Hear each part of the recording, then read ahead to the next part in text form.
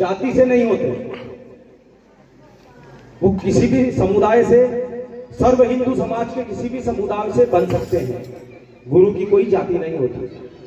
जो आपके सामने विराजमान है, साक्षात मूर्ति है, यहां से आप देख सकते हैं।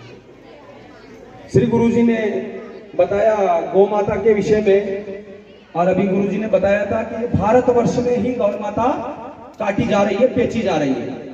तो मैं कुछ जानकारी देते हुए आप लोगों को बताऊं, एक ऐसा देश है जो गाय माता को माता मानता है। कौन सा देश है आप सब बता सकते हो?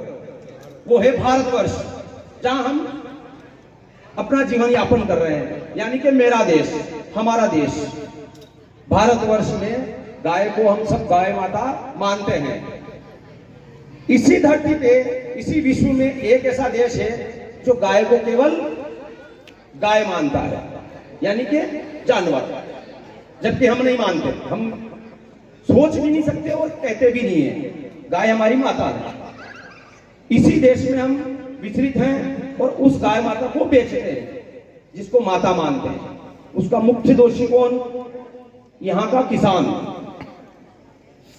यहाँ के जितने भी किसान हैं वो मुख्य दोषी हैं। यहाँ का सर्व हिंदू समाज दोषी है, और यहाँ के जितने भी राजनीतिक जो लोग हैं, जो पार्टियां हैं, हमसे वादा करती है गौ माता के लिए, गौ माता को राष्ट्रीय माता घोषित करेंगे, गौ माता के चारागाह भूमि को मुक्त करवाएंगे, लेकिन नहीं होती है। यहाँ के कोई सरपंच साहब है, आप उनको जाके बोल दो। चारागाह भूमि की माननीय गुरु जी ने अभी बताया, चारागाह भूमि मुक्त करवाने के लिए ज्यादा कुछ नहीं करना पड़ता, किसी पहाड़ को नहीं तोड़ना पड़ता है। चारागाह भूमि, यहाँ कोई सरपंच साहब हो तो मैं बता दूं, सरपंच साहब सुबह मुक्त करवा देते हैं, एक साइन से, एक सिग्नेचर कर। पंचायत की जितनी भी चारागाह भूमि, गोचर भूमि और सरकारी भूमि होती है, वो भूमि होती है सरपंच के सामने, सरपंच उसका मालिक होता है।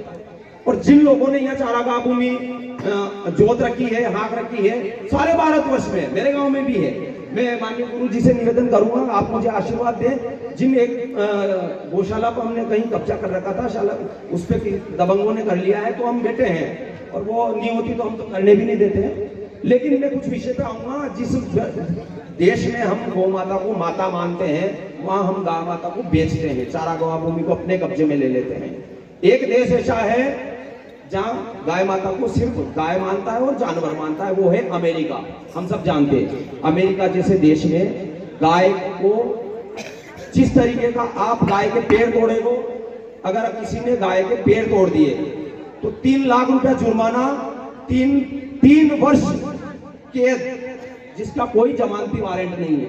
अगर किसी ने गाय को मार दी, आजीवन कारावास, जिसकी कोई जमानत नहीं है, 5 लाख रुपए जुर्माना। ये अमेरिका की है, जहां जानवर को जानवर माना, क्योंकि वो जानते हैं गाय के दूध में स्वर्ण तत्व होते हैं। गाय के दूध को पीने से कई बीमारियां ठीक होती है, सांस की बीमारी जिंदगी में नहीं होती है। गाय के गोबर के कंडे को, गुरु जी के सानिध्य में मैं कहना चाहूंगा, अभी कुछ दिन पहले एक बीमारी आई थी, महामारी कोरोना, सबको जानकारी है, और उसके ऊपर बहुत बड़ा आईबी की रिपोर्ट में सर्च हुआ है, माननीय गुरु जी, सर्च हुआ है कि वो व्यक्ति को कोरोना नहीं हुआ, वो व्यक्ति बीमार नहीं हुआ जो गाय माता के आसपास रहता है। जिसने गाय पाल रखी वो नहीं।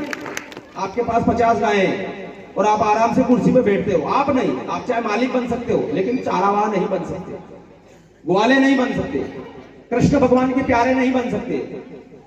जो व्यक्ति गाय के आसपास रहता है, गाय का दूध धोता है, गाय का मूत्र छोड़ता है, गोबर साफ करता है और गाय के ऊपर हाथ सहलाता है, गाय को सहलाता है, उस व्यक्ति को कोरोना नहीं हुआ, उस व्यक्ति को बीपी शुगर नहीं हुआ, एसिडिटी वगैरह की बीमारियां नहीं होती है। और एक बहुत बड़ी बीमारी कहते हैं जिसको कोढ़ किसी को हो जाती है, बहुत बड़े पापी को, वो जिंदगी में नहीं होती है, 7 पीढ़ियों को नहीं होती है, जिसने एक बार गाय को सहला लिया।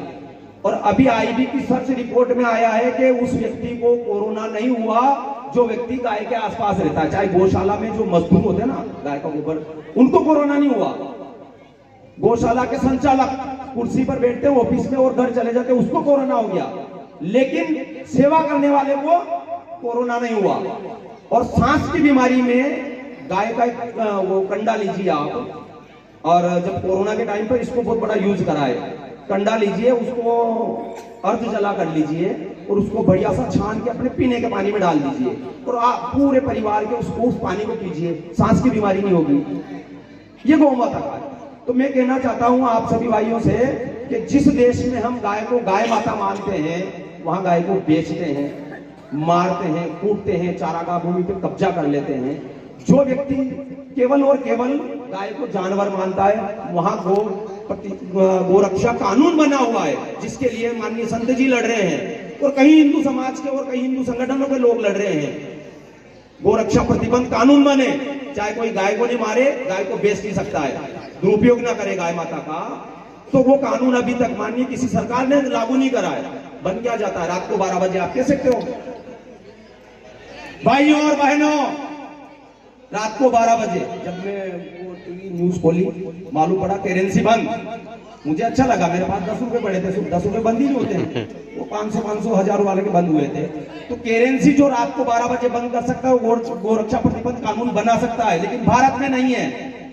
विश्व में कई देशों में गोरक्षा प्रतिबंध कानून है, उन लोगों को जानकारी है। एक और बड़ा विषय है, जो अपने दूध की थैलियां जो आती है पैकिंग, ये थैलियां वो जर्सी गाय जो रहती है ना, अपनी जर्सी गाय की है। ये खाड़ी देशों से जो बन के आती है ना, दूध अपने देश का नहीं है, बाहर से आता है, विक्रय होकर आता है। बाहर से जो दूध आता है वो जर्सी गायों का दूध आता है, और यहाँ अपनी देशी गायों का, चाहे गौशाला से हो, किसानों से हो या गोपालकों से, देशी गाय का जो दूध जाता है, वो लोग जो अपने यहाँ दूध बेचते हैं, वो आपका दूध खाते हैं और उनका दूध आपके पास बेचते हैं, जो सीधा का सीधा कैंसर है।